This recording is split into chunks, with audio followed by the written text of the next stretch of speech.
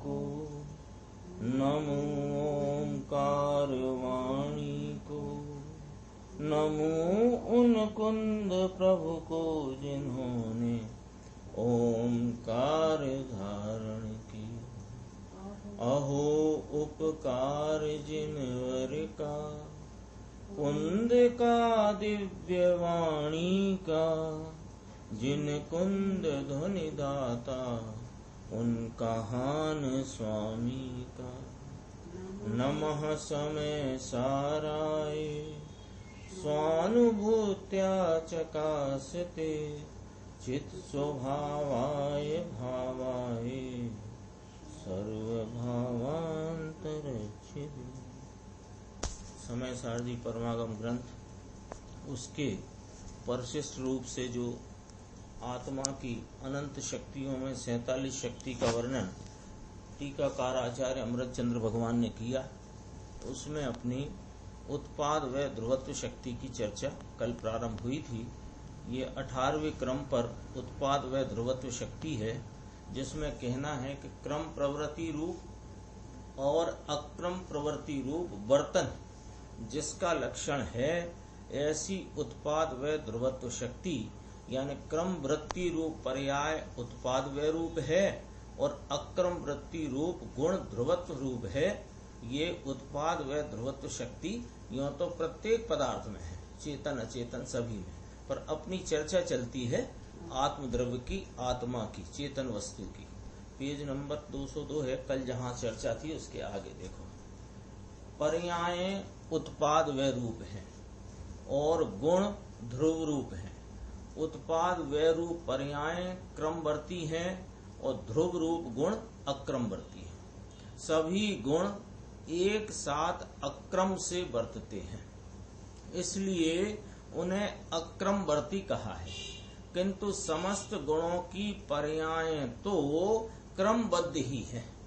यहाँ इस शक्ति के संदर्भ से इसका जो अंतरंग तात्पर्य है, उसमें से दो बातें बहुत स्पष्टता निकल के आई हैं और गुरुदेव श्री ने उसकी बहुत खुलासा की है। वो 2 पॉइंट कौन से हैं? एक तो गुण पर्याय का क्या स्वरूप है वो खड़ा होता है अपने सामने बिल्कुल स्पष्ट। वस्तु है ना, तो वस्तु गुणात्मक है और द्रव्य और गुण की पर्याय होती है। 93 गाथा प्रवचन सार जी है ना वहाँ, तो द्रव्य गुण पर्याय यही पूरी संरचना है, यही रचना है, यही उसका बंधारण है, स्ट्रक्चर है। तो कोई द्रव्य है तो आत्मा भी एक द्रव्य है, तो उसके गुण की क्या स्वरूप है और पर्याय का क्या स्वरूप है वो भी इस शक्ति में पूरी अपने सामने स्पष्ट होती है बात। और सभी पर्याय क्रमबद्ध होती हैं, यह बात भी इसी में से स्पष्ट होती है। ये चर्चा यहाँ ली तो गुरुदेव ने क्रमबद्ध की चर्चा कल भी उठाई थी प्रारंभ करते ही, अभी फिर कहा। देखो ये समझो, यहाँ से ही पूरी चर्चा दोबारा शुरू हुई। पर्यायों को उत्पाद व्यय में लिया और गुण को ध्रुव में लिया। पर्याय क्रमवर्ती कही, गुण सहवर्ती अथवा अक्रमवर्ती कहे। उसका अर्थ क्या है कि सभी गुण एक साथ अक्रम से वर्तते हैं और पर्याय क्रम से वर्तती है ना, इसलिए उन्हें अक्रमवर्ती कहा है। किंतु समस्त गुणों की पर्याय तो क्रमबद्ध ही है। पंचास्तिकाय में भी एक शब्द आया ऊर्ध्व प्रचय और त्र्यक प्रचय। ऊर्ध्व प्रचय में पर्याय नहीं, एक के बाद एक, एक के बाद एक, और त्र्यक प्रचय माने विस्तार में रहे हुए समस्त गुण। तो समस्त गुण समस्त विस्तार में रहते हैं और वे एक साथ रहते हैं, एक गुण ऊपर एक गुण नीचे ऐसा नहीं है। इसलिए उन्हें अक्रमवर्ती। और गुण कैसे हैं कि परिणमित होते हैं, तो परिणमित होते हैं तो गुणों की पर्याय तो क्रमबद्ध ही हैं। क्रमबद्ध पर्याय का जो सिद्धांत है उसके समक्ष अज्ञानी ऐसी दलील करते हैं, यानी क्रमबद्धता को स्वीकार नहीं करते। क्रमबद्धता को स्वीकार नहीं करने के पीछे उनका लॉजिक क्या है कि वे मानते हैं कि निमित्त से कार्य होता है, तो जैसा निमित्त आता है वैसा कार्य होता है। ऐसा मानने वाला क्रमबद्धता कैसे मानेगा? क्योंकि निमित्त यदि खोटे आए तो यहाँ खोटा कार्य हुआ, निमित्त अच्छे आए तो अच्छा कार्य हुआ। जिसने ऐसी निमित्ताधीनता रूप वस्तु के परिणमन की व्यवस्था को अपने चित्त में घुसा रखा है वो क्रमबद्ध पर्याय मान नहीं सकता। क्रमबद्ध पर्याय माने तो फिर निमित्ताधीनता छूट जाएगी, और निमित्ताधीनता रही तो क्रमबद्ध पर्याय नहीं मानता। तो यहां तक नहीं मानता वह निमित्ताधीनता के भ्रांति रूपी अस्पष्टता कहो वस्तु स्वरूप की, तो इतनी भ्रांति इसके आगे छाई हुई है कि ये सर्वज्ञ तीन काल तीन लोक को एक साथ युगपत जानते हैं, उस बात को भी नकार कर देता है। किस भ्रांति में? निमित्ताधीनता की। क्यों? उसे लगता है कि निमित्त जैसा आता वैसा कार्य होता है, तो फिर जैसा आता फिर जैसा केवली ने देखा है वैसा होता है कि नहीं होता। तो वो यहां तक कहने लग जाते हैं अज्ञानी दलील करने के लिए कि सर्वज्ञ भगवान ने तो जो हो रहा है वो देखा, जो होगा वो तो बाद में देखेंगे, यहां तक कहने लगते हैं। अरे अपने जैन जिनको निमित्ताधीनता भी कहते हैं, सर्वज्ञ भगवान तीन काल तीन लोक को जानते हैं, ठीक बात है, तीन लोक के सब पदार्थों को जानते हैं और वर्तमान पर्याय को भावी नहीं है, भविष्य नहीं है, तीन लोक में नहीं, तीन काल में, हाँ भविष्य आया। वे कहते हैं ऐसा जानते हैं कि पर्याय होंगी, लेकिन कौन सी होंगी ऐसा वो अनेक। क्यों ये इतनी विपरीतता? क्यों कि एक घड़ा उल्टा रखो तो सब उल्टे होते जाते, और एक सीधा रखो तो सब सीधे रखे होते। तो उनका एक पहले ही घड़ा उल्टा है। क्या? कि निमित्त के अनुसार कार्य होता है, जबकि कार्य होता है उसकी उत्पत्ति के काल में जो अनुकूल होता है उस पर निमित्त पने का आरोप आता है। फर्क इतना है। जानना अलग बात है, मानना अलग बात है। हाँ। तो अपन जानेंगे तो सर्वज्ञ के अनुसार ही, लेकिन माने भले ही मानता नहीं है ना। तो फिर क्या है कि जब उसके सामने दलील रखी कि देखो भैया निमित्त से कार्य नहीं होता, कार्य तो जिस क्षण में उसके जन्म क्षण में जो कार्य होना है वही होता है। आता भी है जो जो देखी वीतराग ने सो सो होसी वीरा रे, अनहोनी होसी नहीं कब हूँ काहे होत अधीरा रे। बात सुनी, बात समझी, लेकिन वो निमित्ताधीनता की भ्रांति की धुंधलाहट इतनी ज्यादा है कि उसे वस्तु स्वरूप में फिर जब उससे कहा, ये तर्क रखा कि देखो सर्वज्ञ जानते हैं वैसे ही तो होता है, तो वो यूं कहता है कि सर्वज्ञ जानते हैं वो होता है, तो अब उसे सर्वज्ञ के ज्ञान पर भी प्रश्न चिन्ह खड़ा कर देता है। किस बात से? कि नहीं, निमित्त से ही होता है। तो इसलिए अज्ञानी की ऐसी दलील है।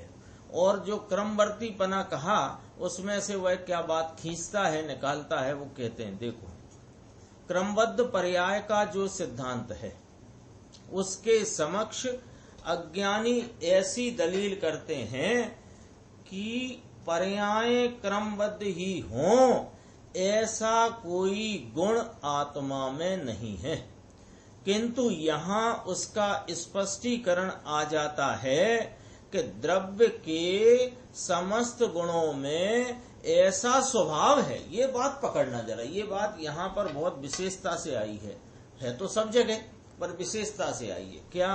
वो सामान्य क्या कहते हैं कि देखो साहब जिनागम में क्या लिखा है कि गुण अक्रमवर्ती हैं, पर्याय क्रमवर्ती हैं। तो उसमें बस इतना अर्थ निकालो कि पर्याय एक के बाद एक होती हैं, ये उनका क्रमवर्तीपना है, और गुण अक्रमवर्ती है। तो भैया गुण भी तो वर्तते हैं, तो गुणों की भी तो पर्याय हो रही हैं, गुणों की हो रही और किसकी हो रही? तो गुणों के कार्य को पर्याय कहा। ये पर्याय जो हो रही है वो जो पर्याय जिस समय होना है वो हो रही है, ये उसकी पर्यायों की क्रमबद्धता है। तो इस सिद्धांत को नहीं मानता तो क्या कहता है, पर्याय क्रमबद्ध ही हो ऐसा कोई गुण आत्मा में नहीं है। उसने उसकी दलील है। किंतु यहाँ इस उत्पाद व ध्रुवत्व शक्ति के वर्णन में आचार्य अमृत चंद्र भगवान ने स्पष्टीकरण कर दिया है। क्या? कि द्रव्य के समस्त गुणों में ऐसा स्वभाव है कि गुण रूप से ध्रुव रहकर, ध्रुवत्व में कहा ना, गुणों को ध्रुवत्व कहा और पर्याय को उत्पाद व कहा, तो वे गुण रूप समस्त गुण, जितने गुण हैं अनंत गुण, समस्त गुण गुण रूप से ध्रुव रहते हैं और क्रमबद्ध पर्यायों रूप से परिणमित होते हैं। क्यों? कि यह क्रमबद्धता का जो भाव है, उत्पाद व्यय का स्वरूप, वह सब गुणों में है कि नहीं? उत्पाद व्यय ध्रुवत्व शक्ति कही, उत्पाद व्यय माने पर्यायों की क्रमवर्तीपना और गुणों का अक्रमवर्तीपना, इस प्रकार वर्तना जिसका लक्षण है, ऐसी उत्पाद व ध्रुवत्व शक्ति। तो इस शक्ति में ये बात आ गई। तो उत्पाद व ध्रुवत्व शक्ति ये सब गुणों में व्यापक है कि नहीं? तो सब गुणों में व्यापक है, तो वो उत्पाद व क्रमबद्ध रूप है, ऐसी बात सब गुणों में लागू पड़ी। तो सब गुणों में ऐसा स्वभाव है कि गुण रूप से ध्रुव रह करके क्रमबद्ध पर्याय रूप से परिणमित होते हैं। इस प्रकार उत्पाद व ध्रुवत्व शक्ति से सारा द्रव्य क्रम अक्रम स्वभाव वाला है, यही नक्की हुआ। इसी बात को गुरुदेव श्री इसी ग्रंथ के 308 से 311 गाथा है, उस संदर्भ से बात करते हैं। देखो, सर्व विशुद्ध ज्ञान अधिकार के प्रारंभ में 308 से 311 गाथा में आचार्य देव ने यह बात स्पष्ट की है कि जीव और अजीव समस्त द्रव्य अपने क्रमबद्ध पर्याय परिणाम स्वरूप से परिणमित होते हैं।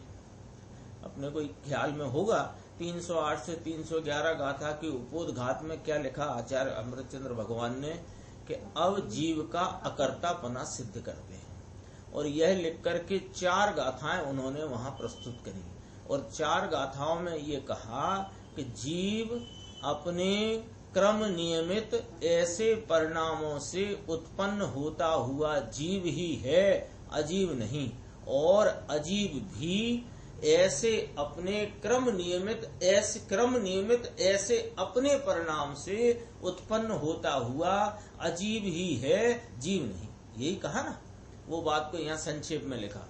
द्रव्य अपने क्रमबद्ध पर्याय परिणाम स्वरूप से परिणमित होते हैं, जीव और अजीव सभी। अज्ञानी कहते हैं कि क्रमबद्ध परिणमित होने का कोई गुण ही नहीं होता आत्मा में।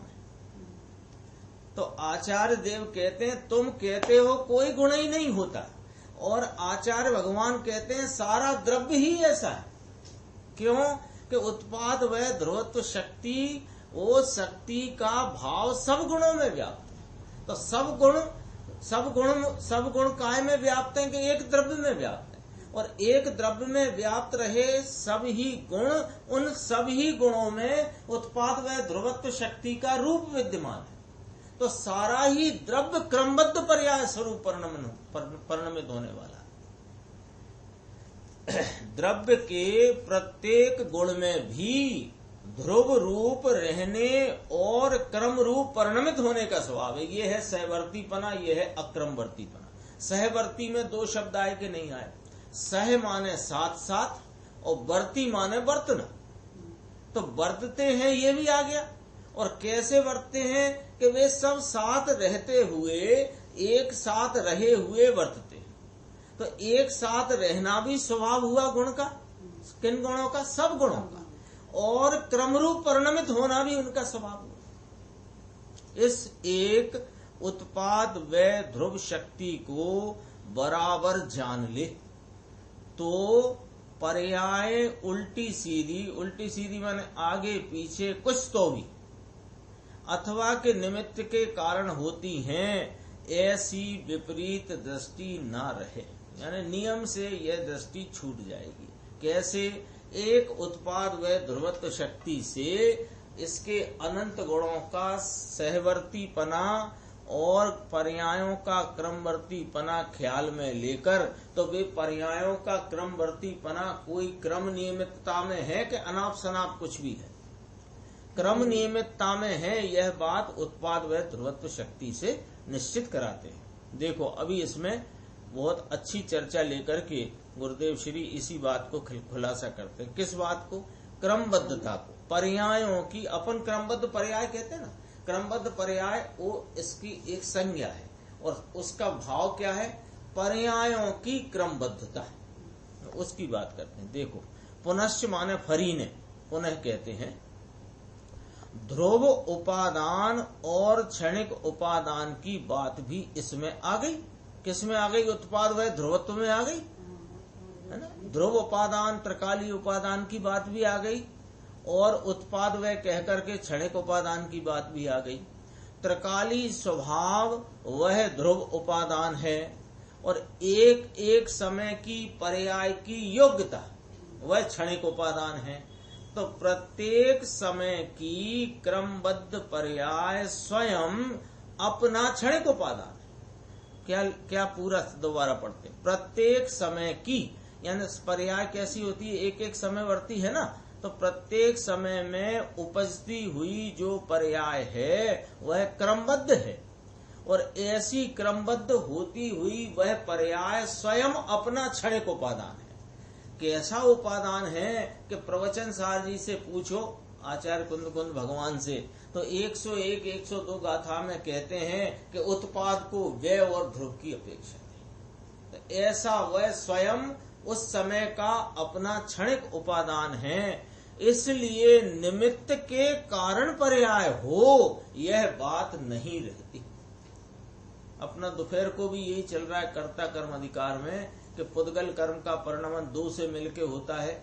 यदि ऐसा मानोगे तो वे दोनों को कर्म रूप परिणमित होना पड़े, वो उस एंगल से चर्चा है। यहाँ कहते हैं कि जो कोई भी क्षणिक उपादान रूप परिणमन है, यानी यूं कहो कि जो कुछ भी परिणमन व्यक्त है उस समय का वह उसका स्वयं क्षणिक उपादान है। तो वह उपादान है, तो निमित्त से उपादान हो ये बात कहां से रह गई?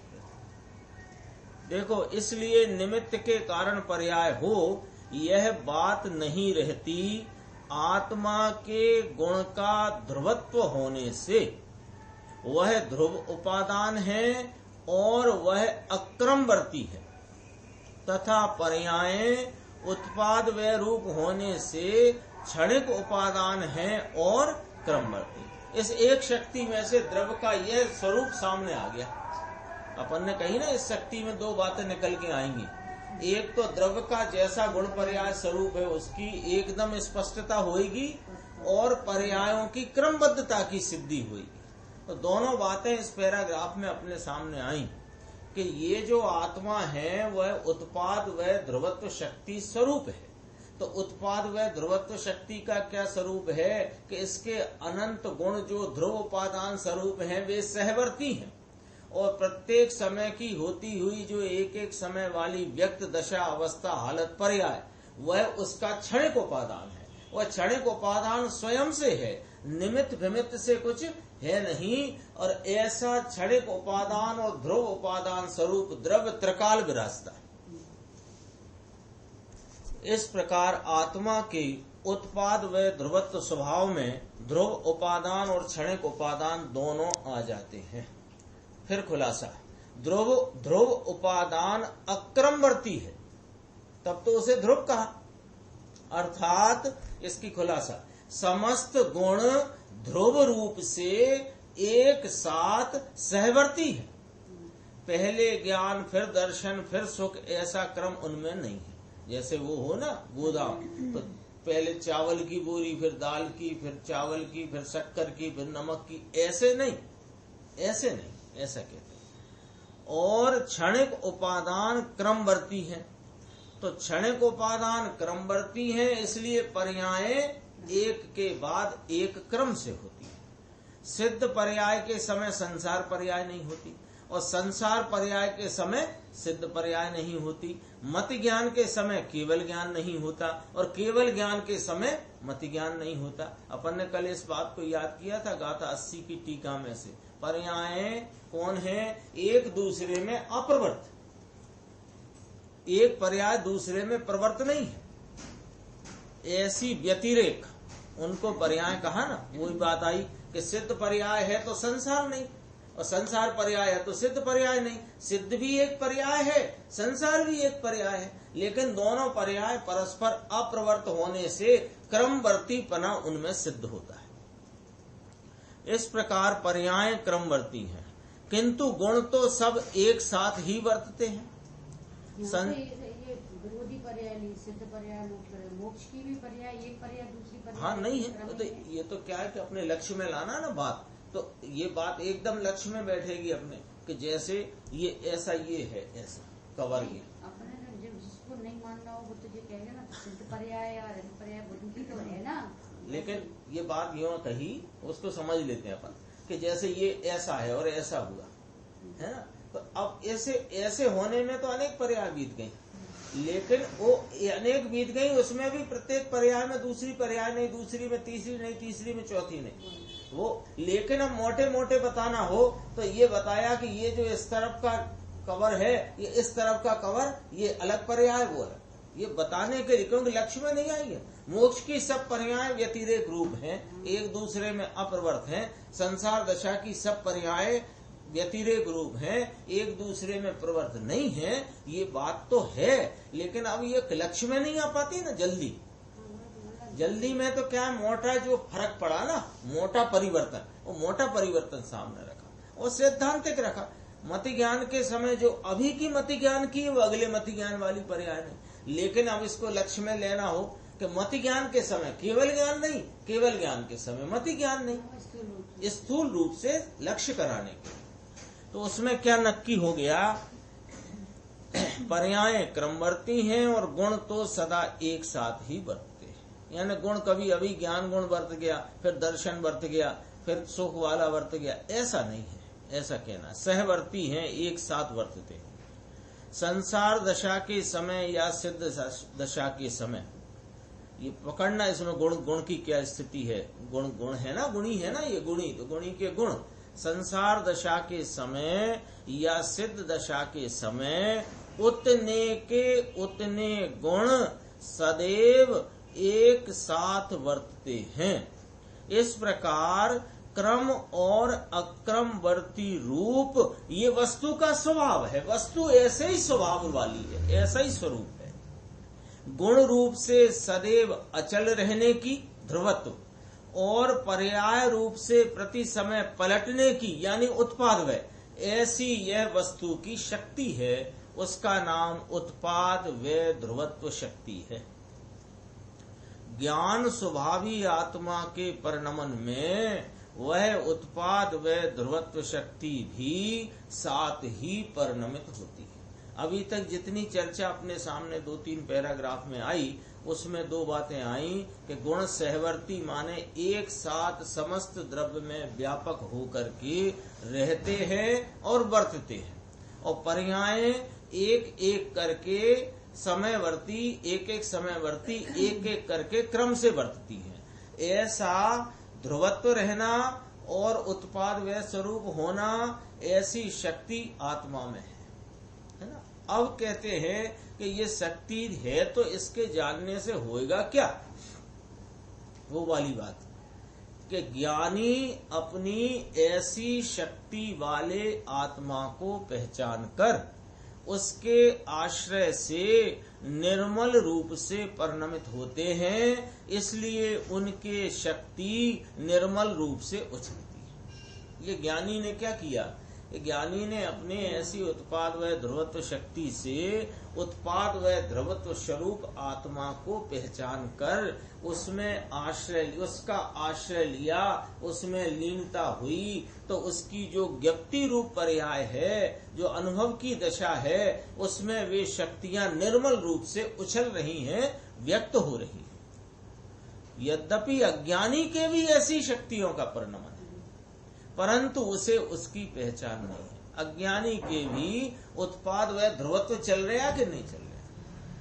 अनंते गुण एक साथ ध्रुव उपादान रूप रहते हुए प्रत्येक समय की अवस्था में उत्पाद व रूप प्रति समय परिणमन, पलटना, बदलना हो रहा है, और जो बदलना हो रहा है वह पर्यायों की क्रमबद्धता से उस समय के क्षणिक उपादानगत योग्यता में हो रहा है। अज्ञानी के भी, लेकिन उसे इस बात की पहचान नहीं है, इसलिए वह शक्ति स्वभाव का आश्रय करके परिणमित नहीं होता और अकेले पर के लक्ष्य से ही परिणमन करता है। ये भूल है अज्ञानी की, इसलिए उसके विपरीत परिणमन होता है।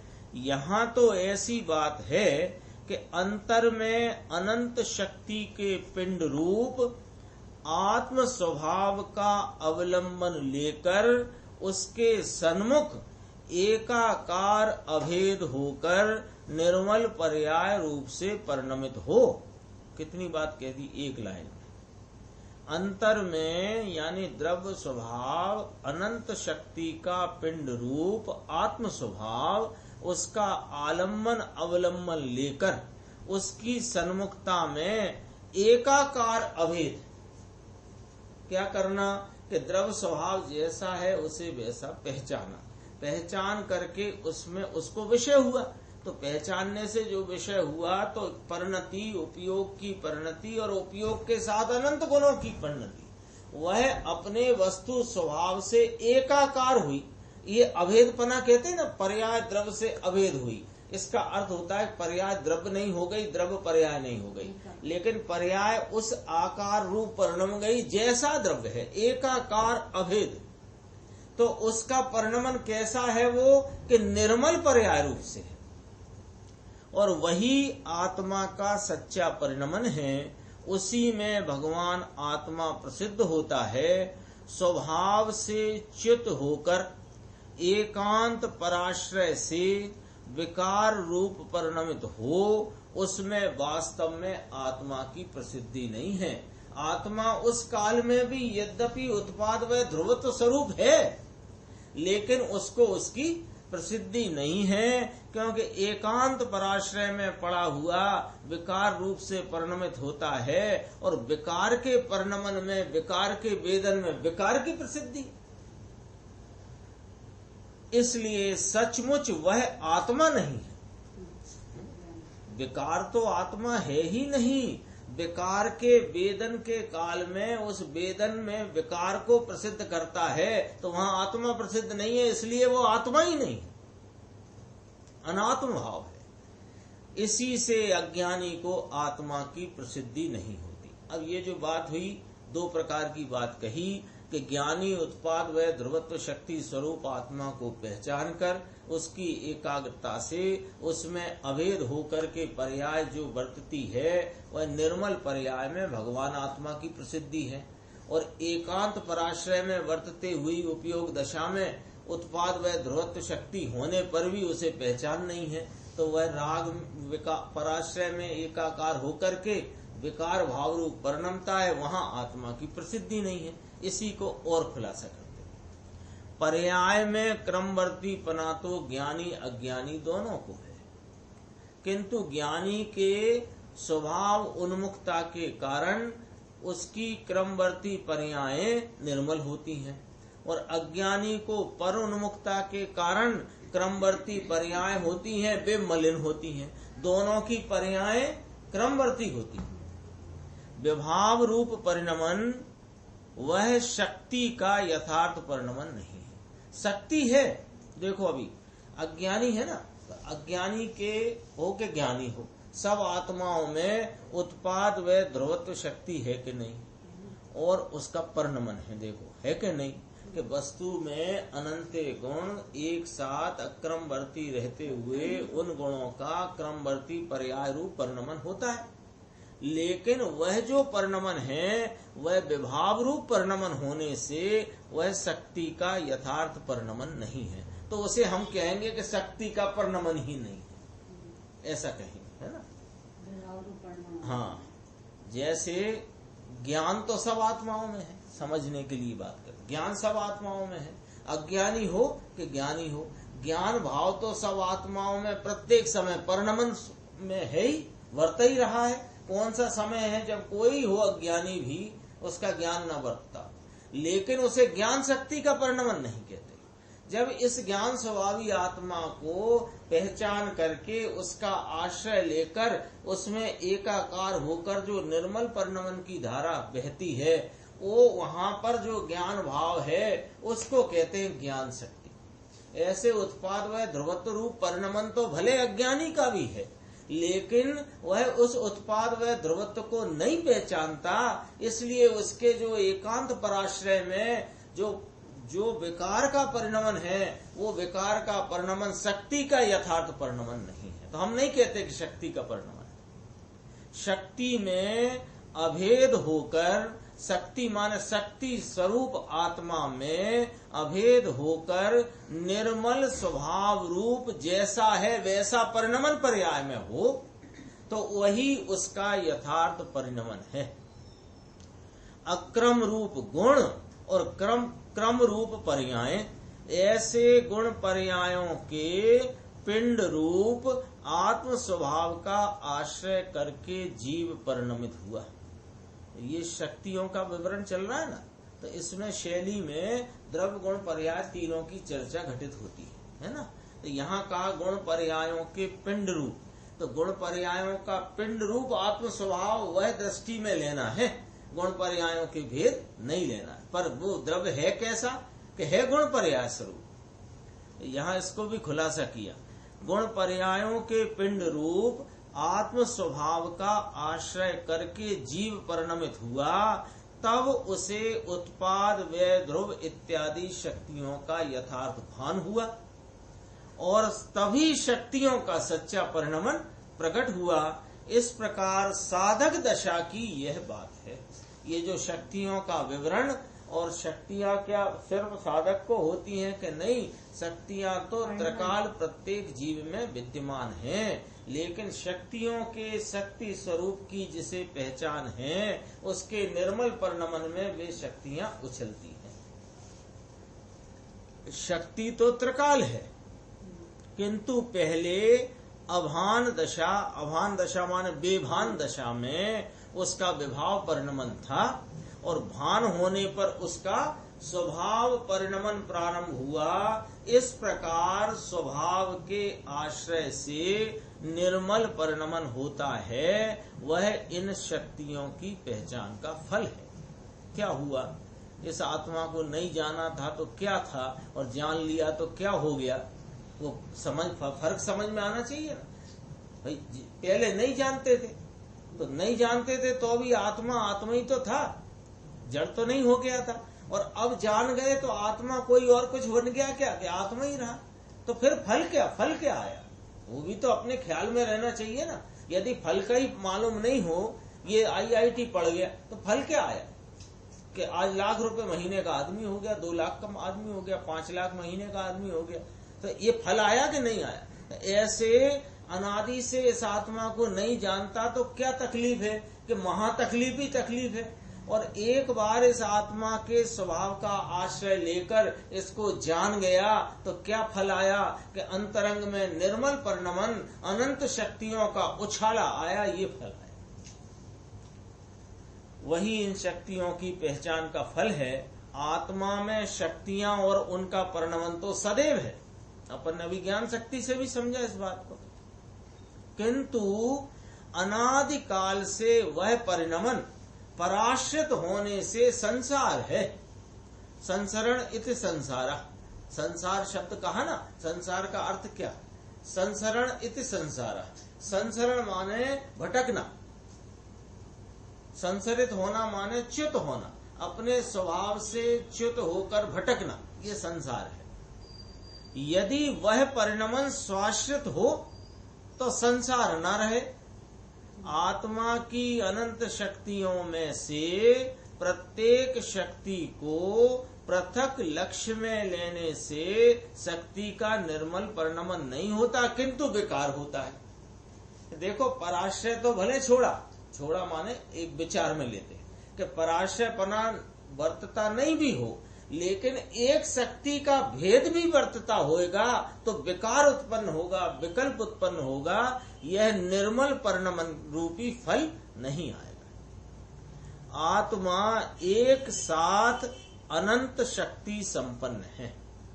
अनंत शक्ति के पिंड रूप जो स्वभाव है, एक एक शब्द में से भाव जाहिर होता है, वो भाव पकड़ना। देखो, आत्मा एक साथ अनंत शक्ति संपन्न है। एक साथ कहते ना, एक साथ का अर्थ क्षेत्र से भी साथ और काल से भी साथ। तो प्रत्येक समय में आत्मा अनंत शक्ति संपन्न है, ये मतलब हुआ ना। और वे शक्तियां एक साथ उसमें रही हुई हैं, और अनंत शक्तियां जो उसमें रही हैं, वो अनंत शक्तियों का भेद रूप नहीं, अनंत शक्तियों का पिंड रूप जो भाव है वो स्वभाव है। और ऐसे अभेद वस्तु का, अभेद स्वरूप का अवलंबन लेने से परिणमित होने पर मोक्ष मार्ग रूप परिणमन होता है, और उस परिणमन में अनंत शक्तियां निर्मल रूप से उछलती हैं, और वही शक्तियों का यथार्थ परिणमन है। बात कहाँ से शुरू की थी वो भूलना नहीं है, इसी पैराग्राफ की, कि आत्मा में शक्तियां और उनका परिणमन सदैव ही है, सदैव है।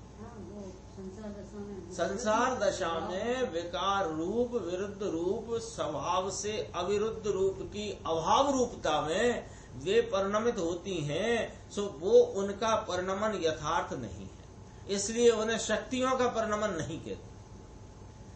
विभाव आत्मा का यथार्थ परिणमन नहीं है, ऐसा कहकर उसकी बात उड़ा दी। ये क्या कहते हो आप, उड़ा दी क्यों कह रहे हो? बता दी इतनी कहो, बता दी ये कहो, उड़ा दी का क्या मतलब? उड़ा दी का मतलब ये है कि वो जो विकार रूप परिणमन है ना, वो आत्मा का परिणमन ही नहीं है, ऐसा कहकर उस पूरे भाव को कहां से उड़ा दिया कि तेरे लक्ष्य करने लायक नहीं है, ऐसे उड़ा दिया। तेरी दृष्टि में वो लेने लायक नहीं है, और अनादि से भूल क्या है, उसी पर दृष्टि डाल करके बैठा है। किस पे? एक समय की होती विकार अवस्था, आकुलता की कमी, कषाय की मंदता तीव्रता, वहीं पर यही मैं हूं, उड़ा दिया उसको, कषाय की मंदता को भी उड़ा दिया। विभाव है, यानी अज्ञानियों को उस शक्ति का, उस शक्ति माने यहाँ उत्पाद व ध्रुवत की बात है, और वैसे अनंत शक्ति की बात है, तो उस शक्ति का निर्मल मोक्ष मार्ग रूप परिणमन नहीं होता। यहाँ जो बात चल रही है, ये पूरे शक्ति के अधिकार प्रकरण में जो बात चल रही है, वह तो शक्तियों के निर्मल परिणमन की बात है। ज्ञान को अंतर्मुख करके अनेकांत द्वारा जिसने भगवान आत्मा को प्रसिद्ध किया, उसके अभेद परिणमन में यह समस्त शक्तियां निर्मल रूप से उछलती हैं। ये 1.5-2 लाइन है, गंभीर बहुत है, सादा सामान्य बात नहीं कही यहाँ पर गुरुदेव ने। दोबारा पढ़ेंगे देख, क्योंकि 2-1 शब्द ऐसे आए ना, उस शब्द में क्या कहना चाहते हैं गुरुदेव श्री, वो अपन देखते हैं। ज्ञान को अंतर्मुख करके, ज्ञान माने वर्तता हुआ उपयोग, उसकी अंतर्मुखता करी, तो अंतर्मुखता करके अनेकांत द्वारा भगवान आत्मा को प्रसिद्ध किया। ये इसका क्या अर्थ है? उपयोग की अंतर्मुखता तो अपन समझ गए कि बहिर्मुखता को छोड़कर उपयोग ने जब इस एक ज्ञान स्वभाव वस्तु को लक्ष्य में लिया, विषय किया, तो अंतर्मुख हुआ ज्ञान। तो उस अंतर्मुखता में अनेकांत द्वारा भगवान आत्मा प्रसिद्ध हुआ। ये क्या मतलब है? अनेकांत माने कि वह जो एक रूप अभेद वस्तु लक्ष्य में ली है, यही आत्मा है, अन्य कोई आत्मा नहीं। गुण भेद पर्याय भेद है, ये आत्मा नहीं। ये जो पर्याय है ना, जो उसमें ध्यान रूप से प्रवर्तित है, वो ध्यान ध्याता ध्येय का भी विकल्प जहाँ नहीं होता, ऐसा आता ना, सम्यक एकांत पूर्वक अनेकांत के द्वारा भगवान आत्मा को, अरे यही है का सम्यक एकांत हुआ, तो उसमें अन्य सबका निषेध है, ये अनेकांत है। ऐसे अनेकांत द्वारा देखो क्या है कि इसमें क्या कहना चाहते हैं कि उपयोग की अंतर्मुखता हुई, तो अंतर्मुखता हुई तो किसी एक गुण ज्ञान गुण लो, उपयोग ने उपयोग लक्षण द्वारा आत्मा को लक्षित किया ना, उपयोग, लेकिन उपयोग लक्षण द्वारा उपयोग लक्षण को लक्षित न किया, लक्षण द्वारा आत्मा को लक्षित किया। तो ये लक्षण जो है वो भेद रूप भाव है, और जो आत्मा है जो उससे लक्षित होता है वो अभेद वस्तु है। तो अभेद वस्तु है वो मैं हूँ, लक्षण में नहीं। तो वो तो उसमें आता है ना, लक्षण से तो है ना पूरी वस्तु पकड़ में आती है, थोड़ी की एक चीज पकड़ लेंगे, लक्षण, हाँ, वो टोपी नहीं पकड़ना, पूरा व्यक्ति पकड़ना है। टोपी वाला भाई बुला लाओ जरा टोपी वाले भाई को, तो टोपी के द्वारा लक्षित तो भाई को किया, पर टोपी लक्ष्य में से छोड़ेगा तो पकड़ में आएगा ना भाई।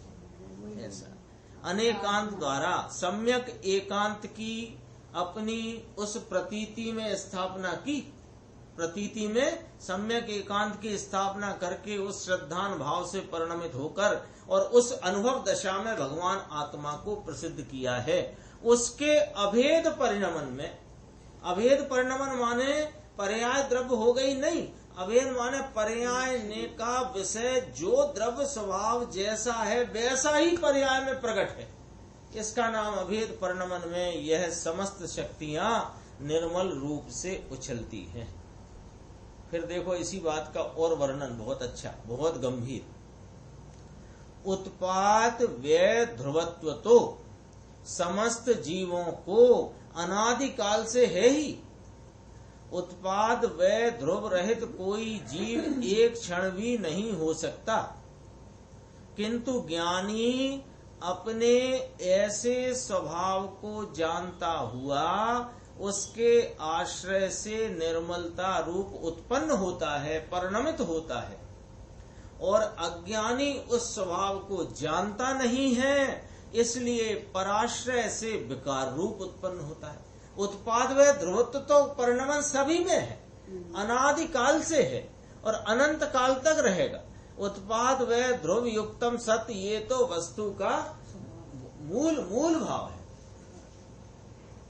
अज्ञानी उस स्वभाव को जानता नहीं, इसलिए पराश्रय से विकार रूप उत्पन्न होता है। बस कह दिया, बस कह दिया माने कि वह उत्पाद व ध्रुवत्व का परिणमन सबको ही होने पर भी बिना उस परिणमन के रहित कभी जीव हो क्षण होता नहीं, लेकिन जो जानता है उसके वह शक्ति रूप परिणमन है, और जो जानता ही नहीं उसके विकार रूप परिणमन है। बस इसी में धर्म अधर्म का समावेश हो जाता है। ले साहब, बस कहा ना, बस माने इसमें ही हो गया। यही धर्म की चर्चा, यही अधर्म की चर्चा, माने धर्म क्या और अधर्म क्या। तो धर्म किसे कहा कि अपने अभेद स्वभाव जो अनंत शक्तियों का पिंड, उसके आश्रय में बरतती हुई निर्मलता का नाम धर्म है। और राग आदि विकल्प चाहे दया दान पूजा व्रत भक्ति के हों, काम क्रोध खाने कमाने के हों, वे सब अधर्म है। तभी तो गुरुदेव ने कह दिया 16 कारण भावना अधर्म है। तहलका मच गया, क्योंकि ये धर्म धर्म का समावेश तो इसी में हो गया ना। सीधी बात है। स्वयं आश्रित निर्मल परिणमन वह धर्म और मोक्ष मार्ग है, तथा पराश्रित विकारी परिणमन वह अधर्म और संसार है। फिर यहाँ देखो एक चीज बताई है, पढ़ लेता हूँ, वैसे मैंने छोड़ दिया था, पढ़ लेते हैं जल्दी से। फिर इसमें जो आगे की बात थोड़ी अपन गंभीरता से इसी पैराग्राफ में देखेंगे। जिस प्रकार अभव जीव के भी ज्ञान गुण तो अनादि अनंत परिणमित होते हैं, ज्ञान परिणमन के बिना एक समय भी नहीं होता, किंतु उसे अपने ज्ञान स्वभाव की खबर नहीं है। ये चर्चा अपन ने कर ली, पढ़ लेते। इसलिए वह ज्ञान शक्ति का आश्रय करके परिणमित नहीं होता, इसी कारण उसे ज्ञान शक्ति का यथार्थ परिणमन नहीं होता। ज्ञान शक्ति के साथ अभेद होकर परिणमित न होकर, यानी ज्ञान शक्ति को पहचान कर उससे अपने आत्मा के साथ अभेद न परिणमित होता हुआ पर के साथ एकता मानकर परिणमित होता है, वह ज्ञान का यथार्थ परिणमन नहीं है। ज्ञान का परिणमन तो है, पर ज्ञान शक्ति नहीं कहते। ज्ञान शक्ति के साथ एकता करके परिणमित हो, वही ज्ञान का यथार्थ परिणमन है। ये ज्ञान पे से बताई ना, अब ये उत्पाद व ध्रुव पे से समझना है। उसी प्रकार यह उत्पाद व ध्रुव शक्ति भी समस्त जीवों में त्रिकाल है और उसका परिणमन भी हो रहा है, किंतु अज्ञानी को स्वभाव में अभेद परिणमन नहीं है। अज्ञानी को स्वभाव की पहचान नहीं, स्वभाव की सन्मुखता नहीं, स्वभाव को लक्ष्य में लेता नहीं, एकांत पर पराश्रय यानी निमित्त राग आदि के आश्रय में बरतता हुआ उसका जो परिणमन उत्पाद व ध्रुव स्वरूप है, वह परिणमन अज्ञान रूप विभाव रूप परिणमन लिखा है इसमें देखो। इसलिए अज्ञानी को स्वभाव में अभेद परिणमन नहीं है, इसलिए अकेला विभाव रूप परिणमन है। सो यह विभाव रूप परिणमन भी उसकी अपनी शक्ति का विपरीत परिणमन है। यहाँ क्या कहना चाहते हैं कि ये विभाव रूप परिणमन का जिम्मेदार कोई कर्म का उदय फुदय नहीं है, और कर्म के उदय के निमित्त से संयोग जो अनुकूल प्रतिकूल हैं वे भी नहीं। यहाँ थोड़ी चर्चा करी, शक्ति के विभाव रूप परिणमन की चर्चा कहीं नहीं करी। थोड़ा समझना इसमें, शक्ति अभी इतनी 3-4 बार बात हो गई कि जो स्वरूप से एकाकार, शक्ति स्वरूप वस्तु से एकाकार अभेद परिणमन है, वह निर्मल परिणमन है, वही शक्तियों का यथार्थ परिणमन है।